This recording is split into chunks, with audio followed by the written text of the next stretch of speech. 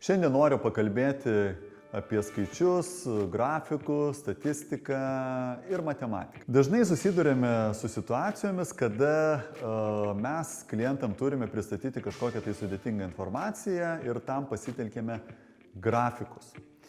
Tad šitoj vietoj turite turėti omenyje tai, kad jum kažkoks tai grafikas, kažkokia tai iliustracija yra lengvai suvokiama ir paprasta, tai nebūtinai reiškia, kad ir klientas tą informaciją taip pat paprastai ir lengvai suvoks.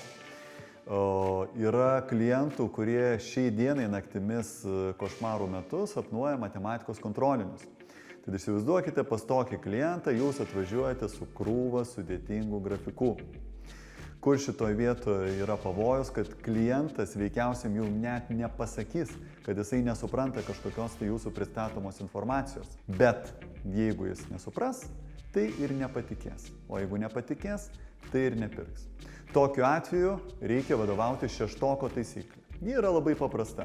Jeigu jūsų grafiką suvokia, supranta šeštokas, tada galite su tokiu grafiku važiuoti drąsiai pas klientą.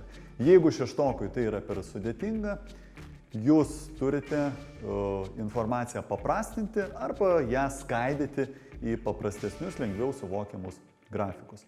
Atskirai noriu pakalbėti apie įvairias apklausas ir statistinę informaciją. Net jeigu jūs esate atlikę didžiulę apklausą, kuri yra labai reprezentatyvi, apklausėt kelis tūkstančių žmonių, apklausos paklaida yra minimali, jūs turite būti pasiruošę, kad klientas tą informaciją nepatikės.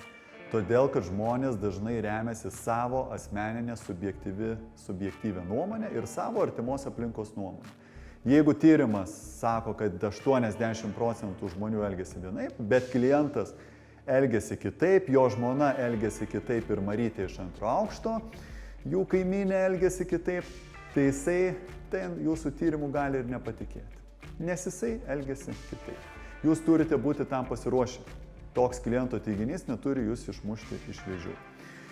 Kitas dalykas, ką noriu paakcentuoti, tai, kad pristatinėjant tokią statistiką ir apklausomis grįstą informaciją, negalite tos informacijos tiesiog pristatyti, kad tyrimas rodo, kad yra taip ar kitaip. Jūs turite duoti klientui priežastingumą, paaiškinti, kodėl būtent taip yra. Iliustruosiu pavyzdžių. Įsivaizduokime, kad jūs turite kažkokį tai produktą ir atlikote reprezentatyvų tyrimą, išsityrėte, kas yra jūsų produkto vartotojai. Na ir visus vartotojus suskirstyti į 3 grupės pagal amžių. Tai yra tie, kurie yra iki 40 metų, tie, kurie yra nuo 41 iki 60 ir tie, kurie yra vyresni negu 61 metų. Ir tyrimas parodė, kad daugiausiai jūsų vartotojų yra jaunų žmonių, o tie, kurie yra vyriausiai, yra mažiausiai. Tai jūs negalite klientui tiesiog pateikti tų duomenų kaip kažkokio tai fakto ir argumentuoti, kad tyrimas rodo, kad daugiausiai mūsų produktą vartoja jauni žmonės. Turite klientui duoti priežastį, paaiškinimą, kodėl yra būtent taip, o ne kitaip. Tai šiuo atveju priežastis galėtų būti, kad galbūt būtent jūs komunikuojate į jauną auditoriją, galbūt to produkto dizainas ar pakuotė yra labai atraktyvi ir nukreipta į jauną auditoriją. Tai yra ekonominės, vadybinės priežastys. Apklausa nėra priežastis. Tad apibendrinant, kalbant apie grafikus, statistiką, vadovaukite šeštoko taisyklę. Būkite pasiruošę, kad klientas gali nepatikėti, kokia bebūtų jūsų reprezentatyvi apklausa ir kiek tūkstančių žmonių jūs apklausėte.